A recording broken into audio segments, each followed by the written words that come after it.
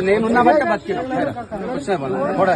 పోయినా काम करने का टाइम అయితే करेंगे నాకు ఫ్లాట్ అడిగినవా ఫ్లాట్ అడిగినవా నేను నీకు ఫ్లాట్ ఇచ్చినా 100 గదాలు చెప్పు నువ్వు నిజాలు వినాలి నేను 100 గదాలు ఫ్లాట్ ఇచ్చిన ఈ భార్య పేరు మీద చేసుకున్నా నా దగ్గర డాగేసి 100 గదాలు ఫ్లాట్ రిజిస్ట్రేషన్ చేపించి ఇచ్చిన అపార్ట్మెంట్ కట్టుకుండు నాకు 1.5 అపార్ట్మెంట్ ఇంటికి వస్తే ఆ డెవలప్మెంట్ 100 గదాలకు మళ్ళీ సగం ఫ్లాట్ ఎక్కువ నా దగ్గర నుంచి 4 లక్షలు ఇచ్చి అది సగం ఫ్లాట్ కూడా 10 లక్షలు తీసుకున్నాను అది సగం అబద్ధాలు మాట్లాడకు నువ్వు ఒట్టి తిని చెప్తా 4 లక్షలు సగం ఫ్లాట్ వస్తుందా 15 లక్షలది ఫ్లాట్ నాకు అది 40 లక్షల ఫ్లాట్ పోతుంటే నువ్వు 4 లక్షలు ఇచ్చినావా లేదా 20 లక్షలు జాగలా డబ్బులు ఇచ్చిన 4 లక్షలు ఇచ్చినవా 20 లక్షలు ఇచ్చినవా వీడు ఏం చేసినట్టు చెప్తా ఇనండి అదొకటి మొన్న ఏమన్నాడు తెలుసా ఇదేంటంటే వచ్చి పిలిచి ఊరికి వచ్చి ఊరలో అన్ని కులగొట్టినావు మన కంప్లైంట్ ఇచ్చి నువ్వే నువ్వు ఫోన్ చేసి నాకు ఫోన్ చేసి జర దూరం జరుగు నాకు ఫోన్ చేసి నీ ఊర్లో ఒక్క ఇల్లు ఉండొద్దు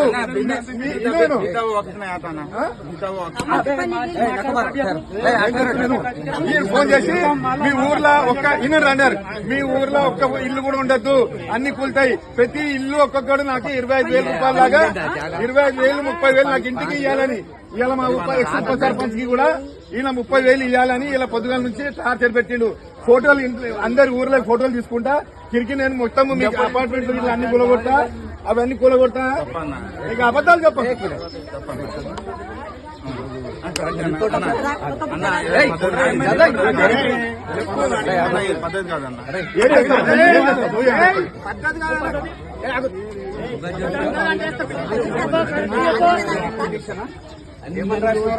నేను కేసులున్నా ఆయన కేసులో మొన్న కేసు బుక్ అయింది ఎంఆర్ఓ బుక్ చేసింది ఆయనకు శిక్ష పడుతుంది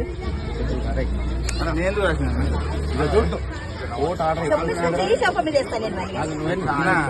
కోర్టు ఆర్డర్ ఎప్పుడు వచ్చి 26/9/2024 రోజున మన బిల్డింగ్లు అన్ని ఇల్లు ఉన్నదిరా కార్లో తెప్పిస్తుంది ఇగో ఇదేమున్నది in the present case as seen from the above provision of it is declared that the court is prohibited from the taking cognizance except on a complaint made by the authorities under the above provision. Therefore, the proceedings against the petitioner are liable to be quashed. కొట్టేసిరా ఇది ఒక్క నిజం నేను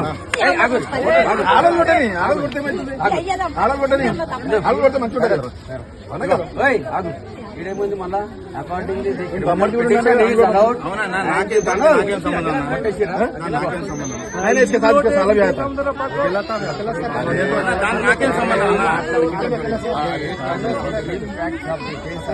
number 2 defect of concern lodged a complaint before the police stating yes Gauri Vatsala Tahsildar Aminpur Mandal sent a letter నాకేం సంబంధం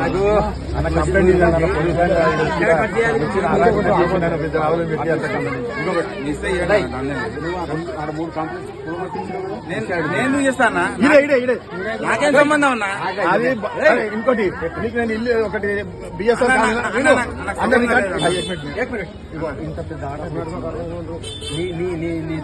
బొంద పెడతారు order ఏ రోజు వచ్చింది అవును ఓకే అన్నా నేను ఏమైనా రాసినా నన్ను ఎందుకు అంటున్నావు అన్న నువ్వు ఎందుకు వచ్చినావు అన్న ఇడ 1 నెంబర్లు అలర్ట్ చేస్తున్నాను నీకేమైతుందిరా నీ అయ్యారా నీ అమ్మరా కొట్టురి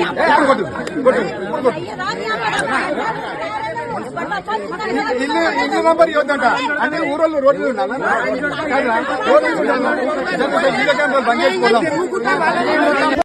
నమస్కారం అండి, నా పేరు సంతోష్ నాయక్.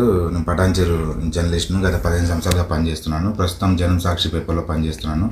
ఇక్కడే అమీన్పూర్ మండలంలో ఐలాపూర్ గ్రామము ప్రభుత్వ స్థలాల్లో కానీ ఇల్లులు కట్టుకుంటున్నారు. వాళ్ళు ఇల్లు నిర్మాణ దశలో ఉన్నా కానీ వాటికి ఇంటి నెంబర్లు మంజూరు చేశారని నాకు తెలియడంతో 200 పైగా గత 10-15 రోజుల కింద 200 పైగా ఇంటి నెంబర్లు మంజూరు చేశారని నాకు తెలిసి రావడంతో నేను వెళ్ళి ఒక నిర్మాణ దశలో ఉన్న ఒక బిల్డింగ్ ఒక షెడ్ది ఒక ఫోటో తీసుకొని నేను గ్రామ కార్యదర్శి అయిన సచిన్కి వివరణ అడగడం జరిగింది.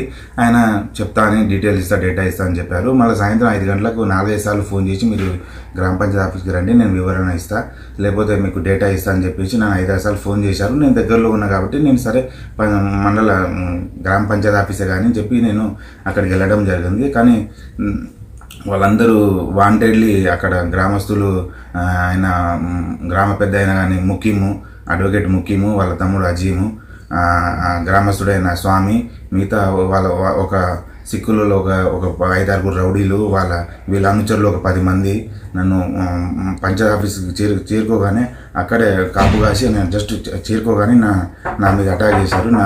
నా వెహికల్ని ఆపేసి నా కారు తాళం గుంజుకొని ఫోన్ గుంజుకొని నాపై దాడి చేశారు. అక్కడ నాపై ఘోరంగా దాడి చేశారు.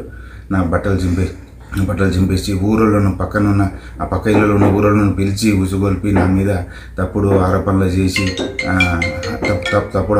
చేసి నేను నా వలన కూల్చివేతలు జరిగినాయని చెప్పేసి నా మీద ఉసుగొల్పి నన్ను బట్టలు ఇప్పేసి మొత్తం ప్యాంటు బట్టలు ఇప్పేసి నా ఘోరంగా కొట్టి నన్ను చంపే ప్రయత్నం చేశారు. స్తంభానికి కట్టి కొట్టడము అందరితో వీళ్ళు ఒక న్యాయవాదిగా ఉండి చట్టం తెలిసిన వ్యక్తి ఒక న్యాయవాదిగా ఉండి సుప్రీంకోర్టు అడ్వకేట్ అని హైకోర్టు అడ్వకేట్ అని చెప్పుకునే ఈ ముఖ్యము స్వయంగా ఆయన తమ్ముడు నాపై దాడి చేస్తూ వాళ్ళ అనుచరులతో కొట్టించి నన్ను చంపే ప్రయత్నం చేశారు. నేను చాలా భయభ్రాంతిగా గురయ్యాను. నేను పోలీసులు రాకపోతే నాకు ప్రాణం పోయేది. అంత ఘోరంగా జరిగింది. అసలు ఒక చట్టం తెలిసిన ఒక అడ్వకేటు ఏ విధంగా చట్టాన్ని ఇతని చేతిలో తీసుకొని నా వల్ల నేను తప్పు ఉంటే మీరు పోలీస్ స్టేషన్ కానీ పోలీసుల ద్వారా ఇది చేసేది ఉండే. నేను ఎవరికి ఏం ఇది చేయలేదు, బ్లాక్మెయిల్ చేయలేదు. అనవసరంగా నా మీద 15 రోజుల కింద 20 రోజుల కింద హైడ్రా కూల్చివేసింది నా వల్లే అని చెప్పేసి నా మీద మనసులో పెట్టుకొని నన్ను చంపే ప్రయత్నం చేశారు. ఈ అడ్వకేటు ముఖ్యంని చట్టం తెలిసిన అడ్వకేట్ ముఖ్యంని బార్ అసోసియేషన్ హైకోర్టు కానీ సుప్రీంకోర్టు బార్ అసోసియేషన్ నుంచి తొలగించాలని ఆయన తీవ్ర చర్యలు తీసుకోవాలని నేను మనవి చేసుకుంటున్నాను. నాకైతే ప్రాణహాని ఉంది వాళ్ళ వలన. మీరు దయచేసి పోలీసు వారు కానీ మన మీడియా సోదరులు కానీ అందరూ మా గిరిజన సంఘాలు కానీ అందరూ నన్ను అర్థం చేసుకొని నన్ను సపోర్ట్గా ఉంటారని చెప్పేసి మనవి చేసుకుంటున్నాను. నాపై జరిగిన దాడి ప్రజలందరూ ఖండించాలి. ఎందుకంటే వాంటెడ్లీ కావాలని ఐలాపూర్ అనేది అక్కడ మన భారత రాజ్యాంగం పనిచేయని విధంగా జరుగుతుంది. ఐలాపూర్లో జరిగే అన్ని విషయాలు అక్కడ ఏంటంటే ఎట్లా అంటే వీళ్ళకు నా మీద దాడి చేయడానికి ముఖ్యంగా దాడి చేసి వీడియో చిత్రీకరించడానికి కారణము ఇక్కడ స్థానికంగా ఉన్న లోకల్ విలేకరులకు కానీ స్థానికంగా మండల రెవెన్యూ అధికారులకు కానీ మున్సిపల్ అధికారులకు కానీ లేకపోతే హైడ్రాక్ కానీ ఐలాపూర్ జోలికి వస్తే ఇంత ఘోరంగా ఉంటుందని చెప్పేసి వాంటెడ్లీ కావాలని నన్ను నాపై దాడి చేసి నన్ను హింసించి నన్ను చంపే ప్రయత్నం చేసి వీడియోలు చిత్రీకరించారంటే మీరు అర్థం చేసుకోండి ఐలాపూర్లో ఏం జరుగుతుందో. ఈ ముఖ్యము అజీమ్ అన్నదమ్ముల ఆగడాలు ఎంత ఘోరంగా ఉన్నాయో అందరూ అర్థం చేసుకోవాలని నేను కోరుకుంటున్నాను. ఇంకోటి నా ఫండమెంటల్ రైట్ని అసలు ఎంత డిఫేమ్ చేసి నన్ను ఇప్పుడు నన్ను ఊరు మధ్యలో నాపై దాడి చేసి నన్ను బట్టలు లేకుండా చేసి నాపై దాడి చేయడం, నన్ను చంపే ప్రయత్నం చేయడం, నా ఫండమెంటల్ హక్కులను కాలరాశిరు వీళ్ళకి అంతా అసలు వీళ్ళకి వ్యవస్థ అంటే పోలీస్ వ్యవస్థ కానీ వీళ్ళకు కాన్స్టిట్యూషన్ అనేది అసలు వీళ్ళకు అసలు ఈడ ఐలాపూర్లో అసలు లేదా, అసలు పాటించరా అనే విధంగా వీళ్ళ దౌర్జన్యాలు ఉన్నాయి. గతంలో కూడా ఐలాపూర్లో జంట హత్యలు జరిగినాయి. ప్లస్ ఐలాపూర్లో నలుమూలల ప్రభుత్వ స్థలాలను మొత్తం అమాయకులను మోసగించి నోటరీ మీద మొత్తం దాదాపు 200 నుంచి 300 ఎకరాలకు పైగా వీళ్ళు నోటరీ మీద ప్లాట్ అమ్ముకొని వీళ్ళు కోట్లకు పడిగెత్తారు. వీళ్ళ ఆగడాలకు అసలు హద్దు లేకుండా పోయింది. దయచేసి ఇప్పటికైనా కానీ పోలీస్ యంత్రాంగము కానీ వీళ్ళ మీద తగిన చర్యలు తీసుకొని వీళ్ళకు తగిన చర్య తీసుకోవాలని చెప్పేసి నేను కోరుకుంటున్నాను. అన్న ఒక్కసారి మాట్లాడు. ఏమైనా సంతోష్ వస్తానో రాలు అన్న వస్తానా, నువ్వు తిడతావని. నేనేం తిడతా నేను బలిచినా నీ లేక అన్న అట్లా మాట్లాడా. బలిచినావు కొడక, నువ్వు ఏమనుకుంటున్నావు? తమాషాలు చేస్తున్నావా? అదేందన్న అట్లా అంటారు? నేను వచ్చినా అంటే కాల్ చేసి నరికేస్తా కొడక, నువ్వు ప్రెస్ లో ఉండదు కనబడుతున్నా అమ్మగట. ఎందుకన్నా ఏమైందన్న? రికార్డ్ చేయడం అమ్మని రికార్డ్ చేసుకోమని చెప్తున్నా. రికార్డ్ చేయి నువ్వు. ఇది అంటే ఎందుకు చేయరా నువ్వు కొడక? తమాషాలు చేస్తున్నావా? ఎందుకన్నా ఏమైందన్నా? ఏమైనా అది ఏం కాలేదా? వచ్చి మాట్లాడికరా. నువ్వు మొగడు కావా? నువ్వు ఆడిపట్టుడవా? అన్న అవన్నీ ఇట్లా మాట్లాడకండి అన్న. మాట్లాడగా ఇంటికి వచ్చి నరికేస్తా కొడతా ఇప్పుడు వచ్చి అంటే ఇంటికి వస్తా కొడతా ఏడు నువ్వు చెప్పి ఇప్పుడు అది పద్ధతి కాదు కన్నా, అది అట్లా మీరు అట్లా మాట్లాడడం. పద్ధతి కాదు. మళ్ళీ మాట్లాడితే ఇప్పుడు వస్తాను మంచితనంగా రాలేకపోతే నేను వస్తా ఏడు నువ్వు చెప్పు. అంటే ఎందుకంటే భయపెడుతురా అన్న? భయపెట్టగా సూటిగా చెప్తున్నా. నిన్నేమో నీవు శాతగానోనికి భయపడతారా నీకు? శాతగానోడు నువ్వు. ఏమైందన్నా నీకు? ఏమైంది? చేతుల కళ ఉందా నిశ్చయం రాయనికి అనుకున్నా? ఎట్లా అనుకుంటున్నా? అంటే ఏం రాసిన అన్న? నేను రాసిన తప్పు చూపి తప్పురా కదా మాట్లాడతా నేను. కాదు సమాచారం చేయకని చెప్తున్నా. నాకు అవసరం అన్న, నాకు రికార్డ్ చేసిన అవసరం నాకు లేదు కానీ. రికార్డ్ చేయబిడ్డా, నువ్వు రికార్డ్ చేసి పోలీసు పెట్టు, ఎస్పీ పెట్టు, డీజీకి పెట్టు. కాదన్నా మీరు అట్లా భయపెట్టడం తప్పు కదా అన్న?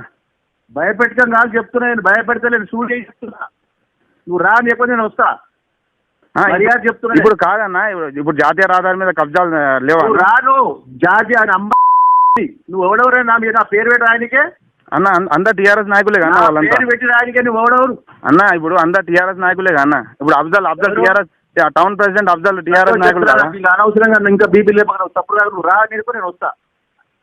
అన్న నువ్వు ఇట్లా బెదిరిస్తే మళ్ళా మాట్లాడక బెదిరిస్తా. నీవు పాల్తుగానే బెదిరిస్తా. నేను నా లెవెల్ లో బెదిరిస్తా. అన్న నువ్వు అంటే గౌరవం అన్న, కానీ నువ్వు అట్లా మాట్లాడితే గౌరవం ఉన్నాడు కదా. రాసేది నువ్వు రాసేదే ఉందన్న. ఇప్పుడు నేను ప్రెస్ కు నీ సాక్షి దగ్గరికి నీ ఎండి దగ్గరికి పోతా, సాంఖ్య దగ్గరికి పోతా.